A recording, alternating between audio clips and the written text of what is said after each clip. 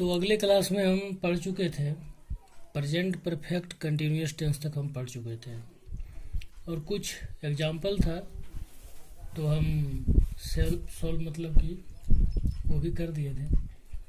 आज हम पढ़ेंगे ये प्रेजेंट का 4 भेद पढ़े हैं। प्रेजेंट का 4 भेद पढ़े हैं। Present indefinite, present imperfect, present perfect, present perfect continuous tense last था, पढ़ चुके हैं। अब हमको पढ़ना है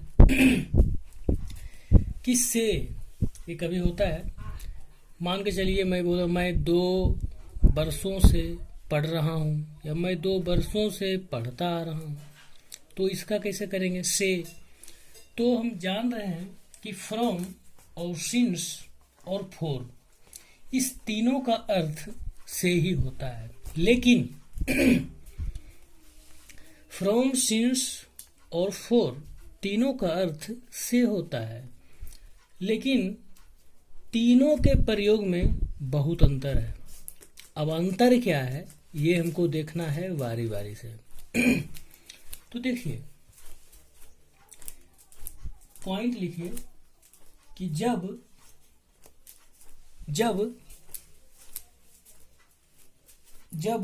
पॉइंट ऑफ टाइम, जब पॉइंट ऑफ टाइम यानी निश्चित काल बिंदु, यानी निश्चित काल बिंदु, जब पॉइंट ऑफ टाइम निश्चित काल बिंदु का बोध होता है, का बोध होता है, तो से के लिए क्या लगता है, तब से के लिए या से का अर्थ क्या आता है, सिंस आता है, SINC, सिंस। बोला गया है कि जब पॉइंट ऑफ टाइम निश्चित काल बिंदु का बोध होता है तो तब क्या होता है, से का अर्थ, से के लिए क्या होता है या से का अर्थ क्या होता है, से के लिए सिंस का प्रयोग किया जाता है। अच्छा, ठीक है, जब पॉइंट ऑफ टाइम निश्चित काल बिंदु का बोध होता है तो से के लिए सिंस का प्रयोग किया जाता है। ये पॉइंट ऑफ टाइम क्या है, इसे मैं कोई बोल दिया कोई कि मैं मंडे से पढ़ रहा हूँ, ये निश्चित काल बिंदु है।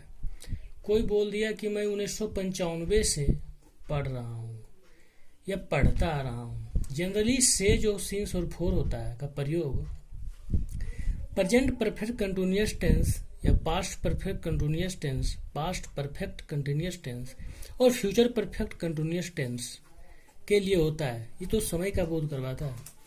जब पॉइंट ऑफ टाइम निश्चित काल बिंदु का बोध होता है तो से के लिए सिंस का प्रयोग किया जाता है। दूसरा पॉइंट लिखिए, जब पीरियड ऑफ टाइम, जब period of time, period of time यानी अवधि,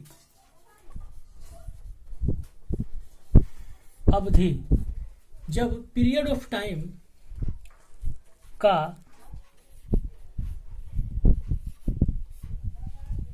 बोध होता है, जब पीरियड ऑफ टाइम का बोध होता है तो से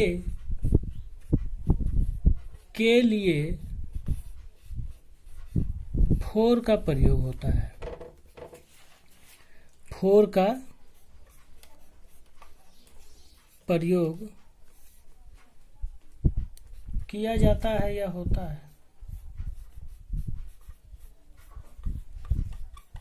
समझने वाली बात है कि जब पीरियड ऑफ टाइम अवधि का बोध होता है तो से के लिए फोर का प्रयोग किया जाता है, फोर का प्रयोग किया जाता है, ठीक है। और जब पॉइंट ऑफ टाइम निश्चित काल बोध होता है तो उससे के लिए सिंस का प्रयोग किया जाता है। अब समझना है दोनों को कि पीरियड ऑफ टाइम अवधि, जिसे मैं बोल दिया मैं बोल रहा हूँ कि मैं 2 घंटों से पढ़ रहा हूँ या मैं पढ़ रहा हूँ, ये प्रेजेंट इम्परफेक्ट टेंस का है। लेकिन जब इसी में समय अवधि आ गया, मैं 2 घंटों से पढ़ रहा हूँ, तो ये आ गया, किस में आ गया? प्रेजेंट परफेक्ट कंटिन्यूस टेंस में आ गया। तो जब पीरियड ऑफ टाइम, मतलब पीरियड अवधि 2 घंटों से, 4 वर्षों से, ठीक है, 5 वर्षों से, ये सब जो आ जाता है, पीरियड का जब बोध होना शुरू हो जाता है, जो पीरियड ऑफ टाइम का बोध होता है किसी सेंटेंस में दिया रहेगा, तो वहाँ पर हम से के लिए फोर का प्रयोग करते हैं। और जहाँ पॉइंट ऑफ टाइम का बोध होता है, वहाँ पर हम से के लिए सिंस का प्रयोग किया जाता है। अच्छा, अब बात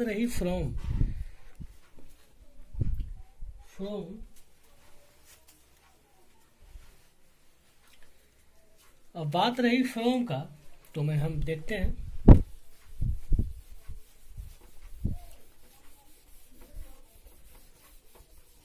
देखिए, तीनों के बारे में मैं पहले अच्छा से हम लोग जान लेते हैं, उसके बाद चलेगा उदाहरण। अब देखिए, फ्रॉम मतलब से होता है, लेकिन इसका फ्रॉम से भी बोध क्या होता है?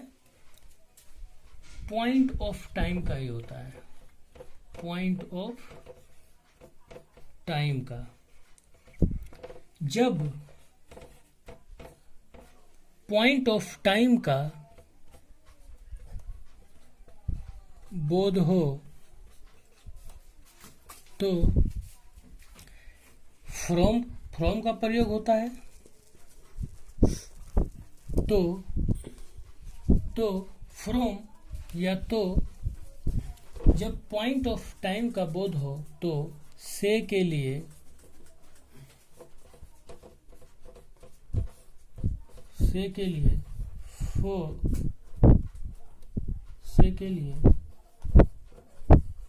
फ्रॉम का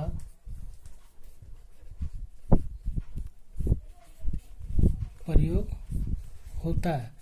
लेकिन अब बोलिएगा कि सिंस का प्रयोग भी इसी के लिए होता है। सिंस का प्रयोग भी इसी के लिए होता है, पॉइंट ऑफ टाइम के लिए।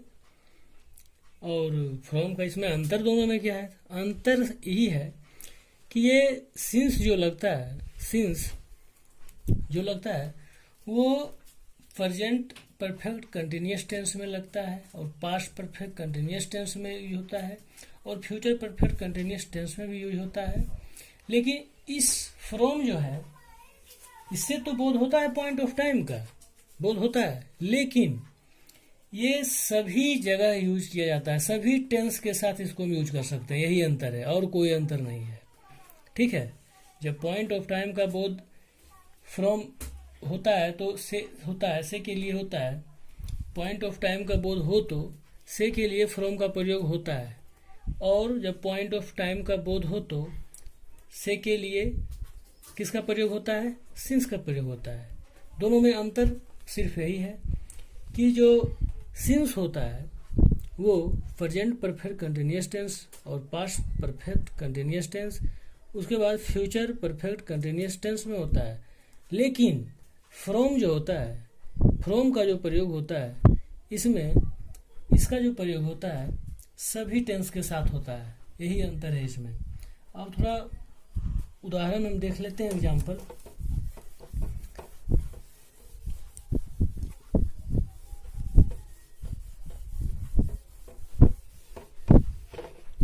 देखिए, उदाहरण लिखते हैं कि मैं 2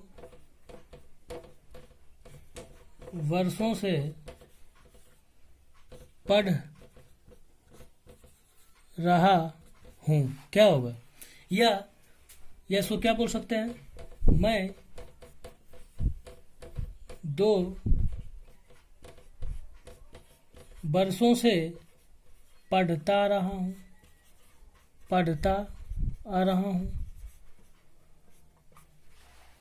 मैं 2 वर्षों से पढ़ता रहा हूँ या पढ़ता आ रहा हूँ।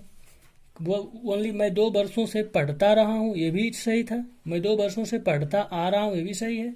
मैं 2 वर्षों से पढ़ रहा हूँ, ये भी सही है। ये जो वाक्य दिया हुआ है ये प्रेजेंट परफेक्ट कंटिन्यूअस टेंस में है, ठीक है। तो मैं 2 वर्षों के बारे में सोचना, ये से क्या होता है। देखिए यहाँ पर क्या हो रहा है, पीरियड ऑफ टाइम का, पीरियड ऑफ टाइम मतलब अवधि का प्रयोग हो, 2 वर्षों से अवधि का प्रयोग हो रहा है, अवधि दिख रहा है यहाँ पर 2 वर्षों से। तो यहाँ पर क्या बनाएंगे हम, पहले बनाएंगे मैं पढ़ रहा हूँ, मैं पढ़ता रहा हूँ। तो आई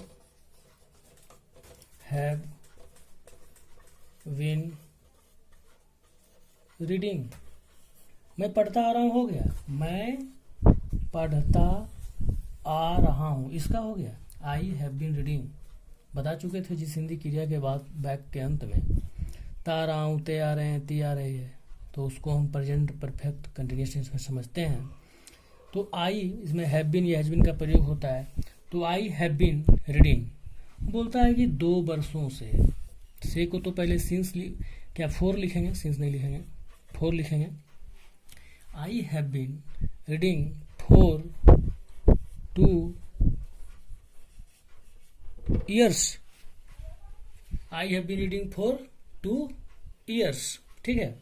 अच्छा अब एक और लेते हैं कि मैं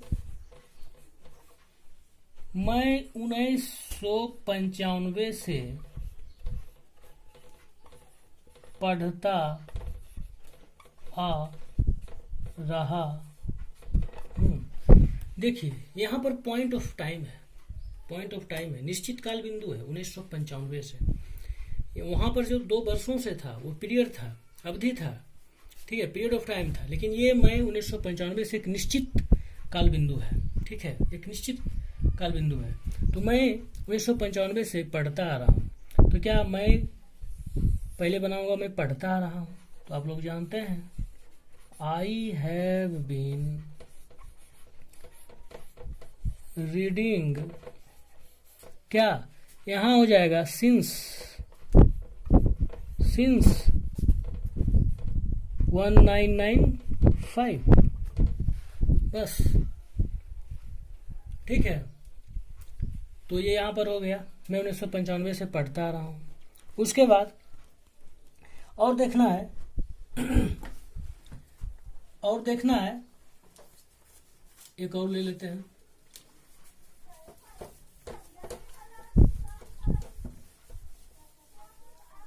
बहुत सारा आप लोग प्रैक्टिस कीजिएगा तो उससे बहुत सारा कंसेप्ट क्लियर होगा। अब है कि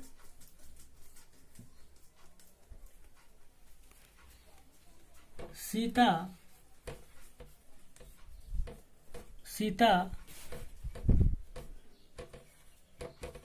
2 घंटों से गाना गाती आ रही है नहीं है, या सीता 2 घंटों से गाना गा रही है। देखिए 2 घंटों से यहाँ अवधि है कि नहीं, पीरियड ऑफ टाइम का बोध हो रहा है कि नहीं। यह एक बात याद रखिएगा कि जब जब न्यूमेरिकल आ जाए, नंबर आ जाए, संख्या जब आ जाए, संख्या आ जाए 2 1 2 3 4 5 6 7, आंख मूंद कर 4 लगा दीजिएगा, ठीक है। उसके बाद प्रैक्टिस करते करते आपको समझ में बहुत कुछ आ जाएगा। तो सीता 2 घंटों से गाना गाती आ रही है नहीं है। तो क्या करेंगे, बनाइए Sita 3rd person singular number है, तो इसमें हैज बीन लगेगा। सीता हैज बीन, गाना का सिंग होता है तो सिंग लिख दिए, और नियम अनुसार क्रिया के अंत में आईएनजी लगता है। तो क्या हुआ, Sita has been singing, Sita एक लड़की है, 3rd पर्सन सिंगुलर नंबर, एक गाना गाएगी, ए सॉन्ग, लेकिन 2 घंटों से बोल रहा है। तो यहाँ पर क्या होगा, 4 2 आवर्स, घंटा को इंग्लिश में क्या बोलते हैं, आवर्स, HOURS, आवर्स। बस Sita has been singing a song for 2 hours, ये हुआ। अच्छा फोर और सिंस देख लिए, अब हम फ्रॉम देखते हैं। ठीक है, फ्रॉम देखते हैं। हुआ कि मैं इसका प्रयोग बताए थे फ्रॉम की सभी टेंस में होता है, सभी टेंस में। तो देखते हैं, मैं पटना से आ रहा हूं। ये मत समझिएगा कि ये जो टेंस है मैं पटना से आ रहा हूं, ये tense present perfect continuous tense में, ये प्रेजेंट इम्परफेक्ट टेंस में है। आई एम, एमिलियर का प्रयोग होता है रहा रही में। आई एम कमिंग, मैं आ रहा हूं। कहां से आ रहा हूं? पटना से। From Patna, from Patna. ठीक है। अच्छा, एक और लेते हैं। मैं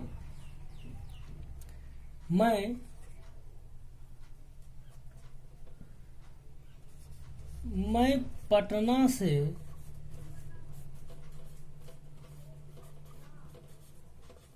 कोलकाता जा रहा हूं। कोई दिक्कत? तो मैं पहले बनाऊंगा आई, मैं कोलकाता जा रहा हूं। I am going to Kolkata. कोई दिक्कत? मैं पटना से कोलकाता जा रहा हूं। ये जो भाग दिया हुआ है ये प्रेजेंट इम्परफेक्ट टेंस में है, ये प्रेजेंट परफेक्ट कंटिन्यूअस टेंस में नहीं है, क्योंकि यहाँ ना तो period of time, time of period का बोध हो रहा है, ना तो पॉइंट ऑफ टाइम का बोध हो रहा है। तो पीरियड ऑफ टाइम और पॉइंट ऑफ टाइम देकर ही चलना है।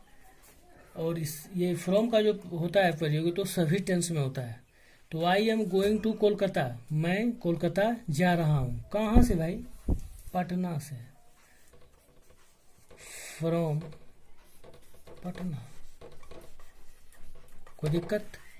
आई am going to Kolkata from Patna, मैं पटना से कोलकाता जा रहा हूँ। ठीक है। अच्छा, अब थोड़ा कुछ नोट हम पढ़ लेते हैं। नोट, उसके बाद हम बहुत टाइप के क्वेश्चन करेंगे इस पर, उसके बाद आगे बढ़ेंगे। ये तो बस इसके बारे में भी जाने। नोट में हमको क्या पढ़ना है? नोट मतलब होता है ध्यान देने योग्य बातें। नोट में पढ़ना है कि जब एक पॉइंट छूट गया था कि जब मैं पढ़ रहे थे कि जिस हिंदी वाक्य के क्रिया के अंत में चुका हूं, चुके हैं, चुकी है इत्यादि लगा रहे, तो उसे हम समझते हैं प्रेजेंट परफेक्ट टेंस। लेकिन जिस हिंदी वाक्य के क्रिया के अंत में, लिख देता हूं नोट नंबर 1, कि जिस हिंदी वाक्य के क्रिया के अंत में, क्रिया के अंत में चुका हूं, चुके हैं, चुकी है, या से मैं खा चुका हूं और मैं खाया हूं, या हूं, ये है, ई है इत्यादि लगा रहे,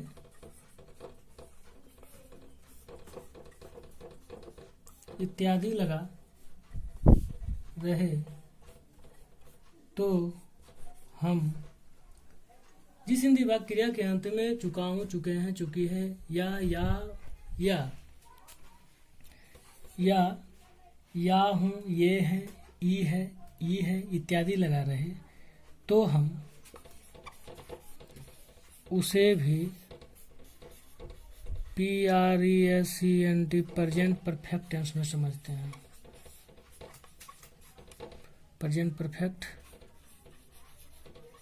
टेंस में समझते हैं। एग्जाम्पल देके बताते हैं कि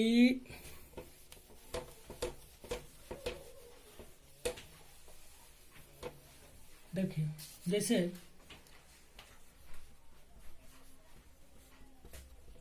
मैं खा चुका हूँ या मैं खाया हूँ या मैं खाया हूँ, दोनों बात एक ही है। मैं खा चुका हूँ या मैं खाया हूँ या मैं खा लिया हूँ, ठीक है, दोनों बात एक ही है।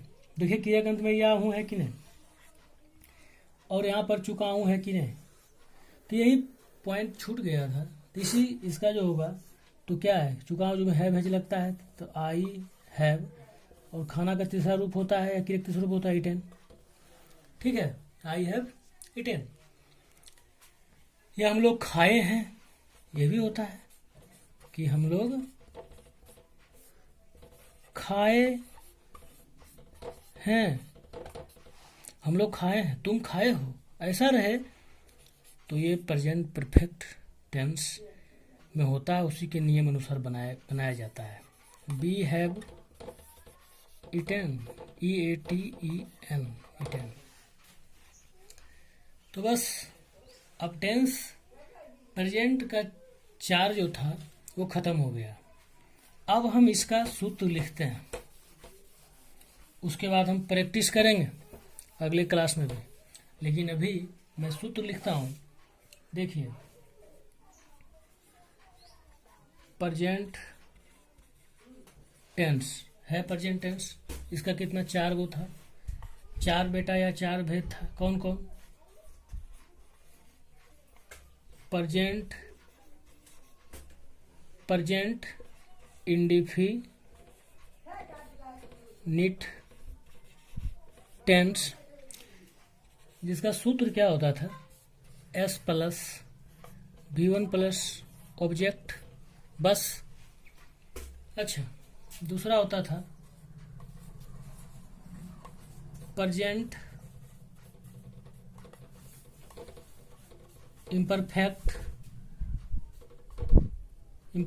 टेंस, इसका क्या सूत्र होता था, S plus M is R plus V में ING plus object.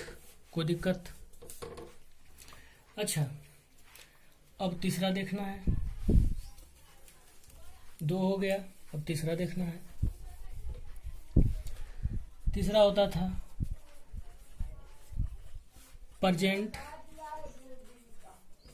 PERFECT perfect tense, इसका सूत्र क्या होता था, इसमें हैव लगता है चुका चुकी में, हैव हैज V3 ऑब्जेक्ट। कोई दिक्कत? चौथा देखना है इसका, जो पढ़े हैं उसी को देखना है। क्या होता है,